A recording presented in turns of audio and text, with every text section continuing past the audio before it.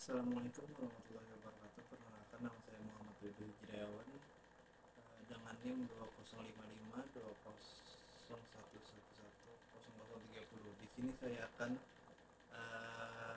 menjelaskan atau meresum dari mata kuliah keamanan jaringan. Dan yang pertama yaitu pertemuan kedua yang bertemakan enkripsi dan kriptografi. Kriptografi adalah suatu ilmu yang mempelajari bagaimana cara menjaga agar data dan pesan tetap aman saat dikirimkan dari pengirim ke penerima tanpa mengalami gangguan pihak ketiga. Contoh dari komponen utamanya itu plaintext, ciphertext, key, sama algoritma. Terus pengertian enkripsi merupakan proses yang sangat penting dalam kriptografi supaya keamanan data yang dikirimkan bisa terjaga kerahasiaannya, serta pesan asli atau plaintext diubah menjadi kode-kode yang tidak dimengerti oleh siapapun. Tujuannya itu untuk kerahasiaan dan autentifikasi dari pengguna. Contoh dari kriptografi yaitu transaksi ATM sama transaksi e-commerce. Terus contoh enkripsinya, pengguna enkripsi juga bisa kamu lihat dalam aplikasi pesan seperti WhatsApp dan Telegram.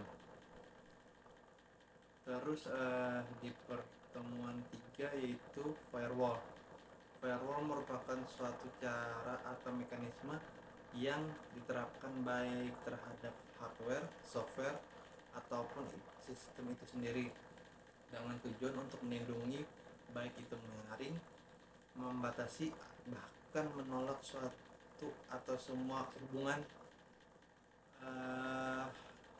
atau kegiatan suatu segmen pada jaringan lokal dengan jaringan yang luas baik terhadap hardware, software ataupun sistem itu sendiri dengan tujuan untuk melindungi baik dengan menyaring, membatasi atau bahkan menolak suatu atau semua hubungan kegiatan suatu segmen pada jaringan pribadi dengan jaringan luar.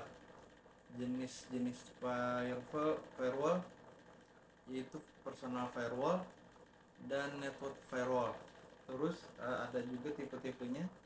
Yang pertama packing filtering router, yang kedua circuit gateway, dan yang ketiga application gateway.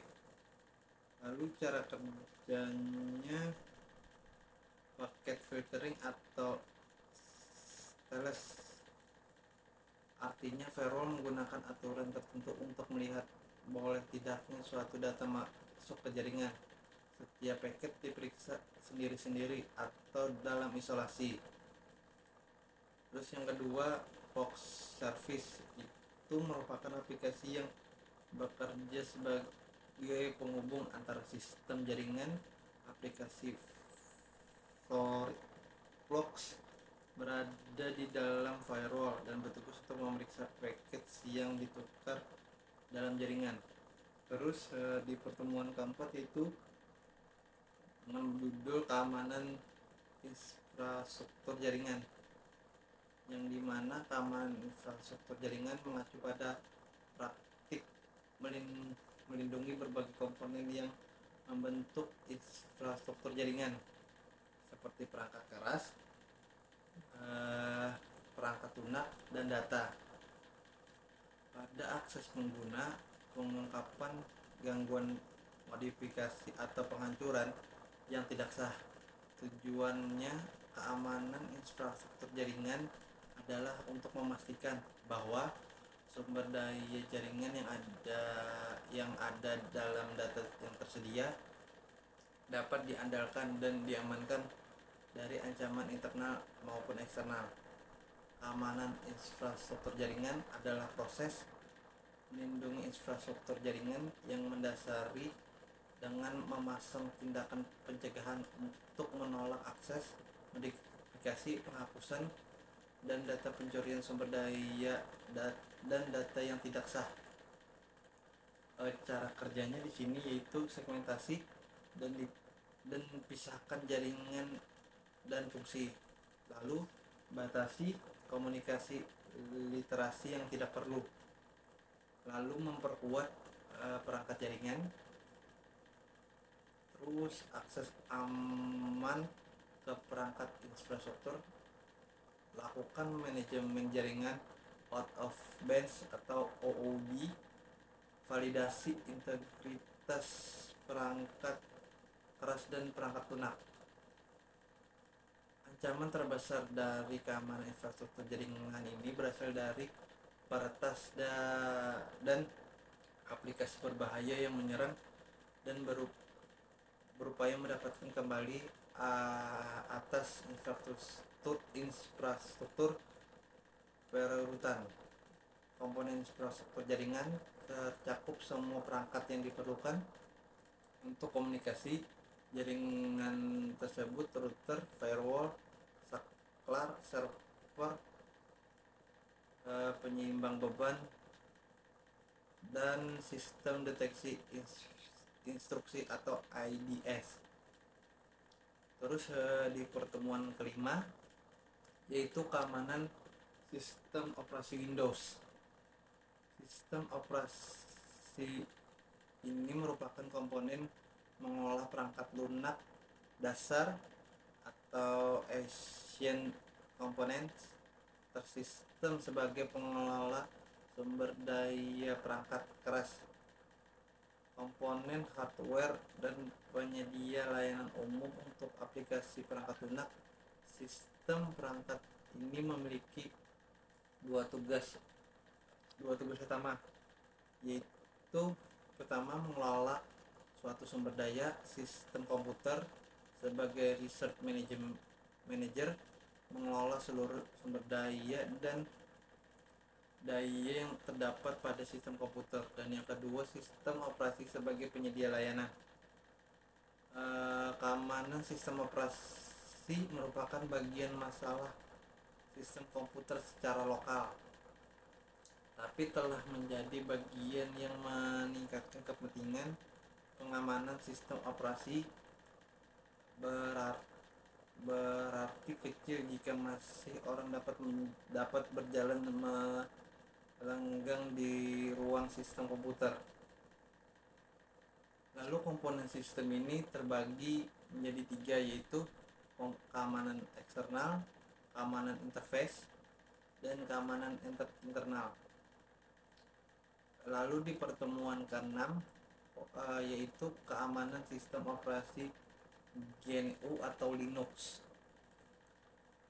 Perkembangan sistem operasi GNU Linux adalah sistem operasi yang berbasis pada kernel Linux yang dikembangkan oleh Linus Torvalds pada tahun 1991 dan didistribusikan GNU yang dikembangkan oleh Free Software Foundation atau FSF sebagai perangkat lunak bebas dengan lisensi GNU General Public License. Perkembangan sistem operasi Linux adalah sistem operasi yang berbasis pada kernel Linux yang dikembangkan oleh Linus Torvalds pada 1991. Jenis serangan keamanan yang terjadi pada sistem Linux yaitu serangan malware, serangan DOS, serangan Blue Force, serangan buffer overlay. Terus cara melindungi dari sistem operasi GNU Linux yaitu update dan perbarui dengan rutin. Lalu konfigurasi firewall dan mengelola hak akses. Lalu di pertemuan ke-7 yaitu dengan judul Instruction Detection System atau IDS dan Instruction Prevention System atau IPS. Instruction Detection System dan Instruction Prevention system adalah sistem keamanan yang dirancang untuk mendeteksi adanya aktivitas yang mencurigakan pada jaringan atau sistem komputer. IDS bekerja dengan memonitoring dan menganalisis lalu lintas pada jaringan, mencari tanda-tanda serangan atau aktivitas yang mencurigakan, dan memberikan peringatan atau notifikasi kepada administrator jaringan untuk mengambil tindakan yang sesuai. Sementara itu, Instruction Prevention System atau IPS adalah teknologi keamanan yang lebih canggih dari IDS, karena selain mendeteksi aktivitas yang mencurigakan pada jaringan, IPS juga dapat mencegah serangan cyber dengan secara otomatis melalui tindakan pencegahan yang telah diprogram sebelumnya. Lalu jenis-jenis IDS yaitu Host Based IDS, Network Basic IDS, Signature Basic IDS, Anomaly Basic IDS, dan Heuristic Basic IDS. Lalu jenis-jenis IPS, Network Basic IPS, Host Basic IPS, Signature Based IPS, Anomaly Basic IPS. Lalu di pertemuan ke-8 yaitu membahas keamanan jaringan wireless.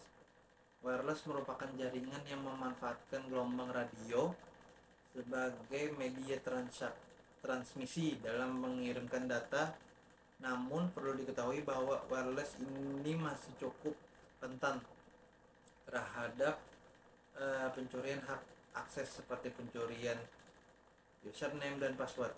Wireless keamanan atau wireless security adalah pencegahan akses yang tidak sah atau kerusakan pada komputer yang menggunakan wireless jaringan.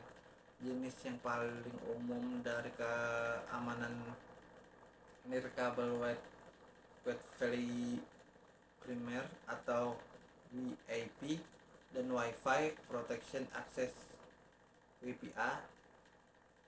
Lalu jenis-jenis serangan pada jaringan wireless yaitu jamming, jenis serangan jamming atau denial of service attack. Lalu serangan phishing, yang ketiga active attack, dan yang terakhir man in the middle attack. Kelemahan jaringan wireless secara umum terbagi menjadi dua, yaitu kelemahan pada konfigurasi dan kelemahan pada jenis enkripsi yang digunakan.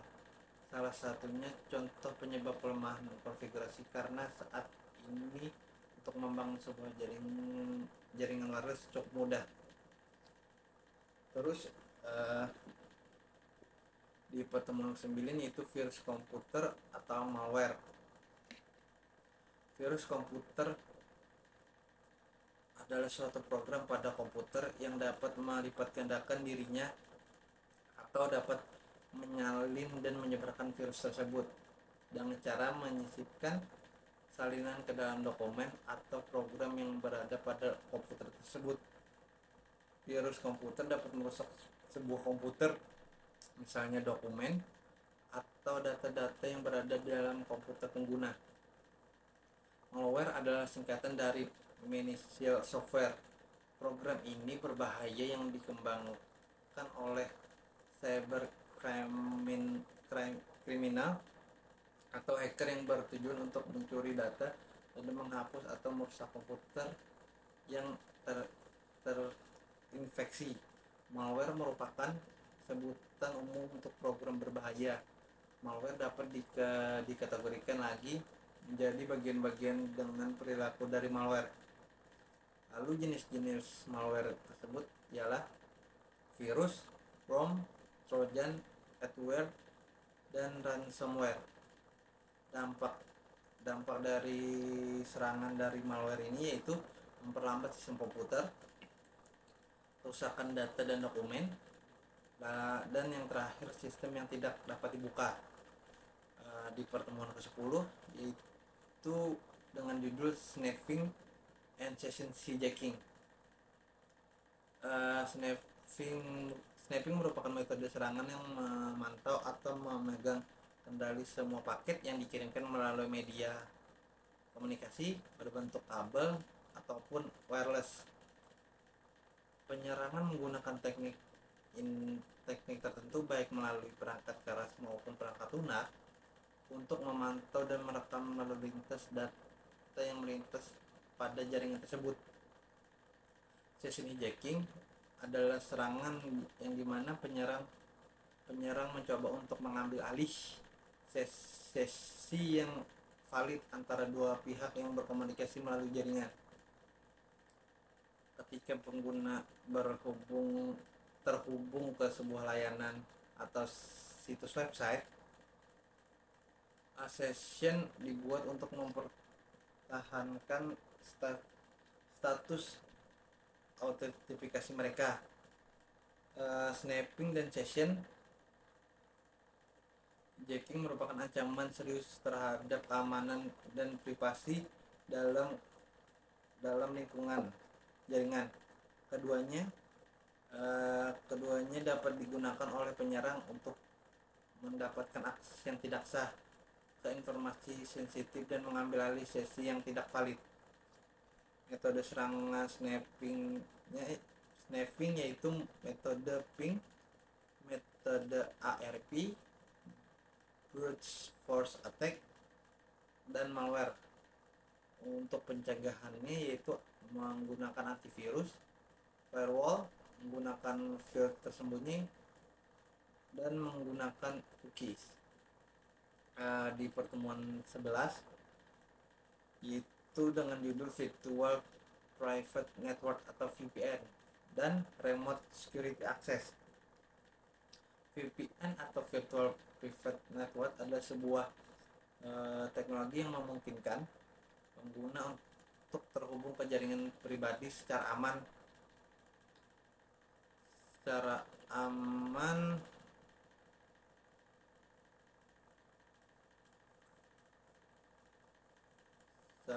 untuk mengakses jaringan pribadi dari jarak jauh untuk mengirim dan menerima data melalui koneksi internet yang aman dan terenkripsi. Sedangkan remote security access adalah akses jarak jauh yang aman, merujuk pada metode yang digunakan oleh pengguna untuk mengakses jaringan pribadi dari lokasi yang jauh seperti kantor ataupun rumah. Jenis-jenis VPN yaitu VPN remote access, VPN site to site, VPN mobile. Lalu fungsi VPN ini yaitu fungsinya untuk meningkatkan keamanan data dan privasi pengguna internet dengan menyembunyikan alamat IP pengguna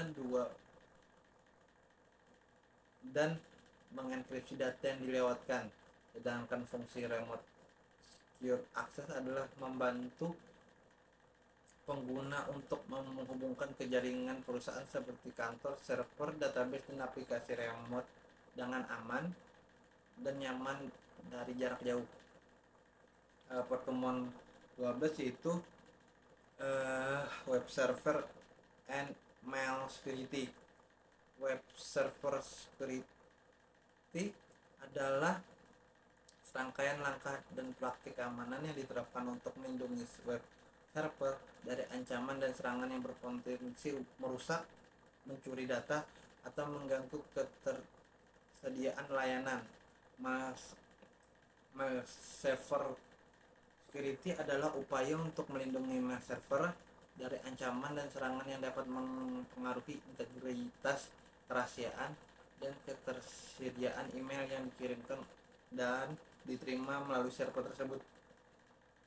Jenis-jenis ancaman keamanan web server yaitu serangan DDoS atau Distribution Denial of Service, dan yang kedua serangan SQL injection, dan yang ketiga serangan cross-site scripting atau XSS. Lalu jenis-jenis ancaman pada mail server yaitu serangan phishing, serangan malware, serangan man in the middle, dan serangan spoofing. Di pertemuan 13 itu dengan judul penetration testing. Pengertian penetration testing yaitu proses untuk mengidentifikasi dan mengevaluasi kerentanan dalam suatu sistem informasi dengan cara mensimulasikan serangan yang dilakukan oleh pihak yang tidak berwenang. Tujuannya untuk menemukan celah keamanan yang dapat dieksplorasi untuk penyerang dan memberikan rekomendasi untuk memperbaikinya. Penetration testing juga dikenal sebagai ethical hijacking atau white hat hacking. Vulnerability assessment adalah suatu proses untuk mengidentifikasi, klarifikasi, dan mengidentifikasi kerentanan yang ada di suatu sistem informasi. Tujuannya adalah untuk mengetahui tingkat risiko dan memberikan rekomendasi mitigasi yang diperlukan untuk memperbaiki kerentanan tersebut. Manfaat dari penetration testing ini: secara umum, penetrasi ini bermanfaat untuk mengidentifikasi celah suatu sistem, kemudian memperbaiki. Lebih dari itu, penetration testing punya manfaat yang lain yang tidak kalah pentingnya. Dan yang pertemuan terakhir yaitu network monitoring and log analysis. Network monitoring and log analysis adalah dua bidang yang penting dalam pengelolaan jaringan. Network monitoring adalah pengumpulan dan analisis data di jaringan yang memastikan kinerja dan keamanan optimal, sedangkan log analisis adalah metode yang memeriksa log atau catatan aktivitas di jaringan yang mengidentifikasi masalah atau potensi ancaman. Untuk menjalankan network monitoring yang efektif diperlukan alat yang baik untuk mengumpulkan dan penetapan data. Keduanya, network monitoring dan log analysis, sangat penting untuk memastikan kinerja optimal dan keamanan jaringan yang tinggi. Dalam era yang semakin canggih, pada administrator jaringan perlu menggabungkan keduanya untuk lebih berhasil dalam mengelola jaringan mereka. Sekian dari penyampaian pada mata kuliah keamanan jaringan. Sekian dari saya semua. Assalamualaikum warahmatullahi wabarakatuh.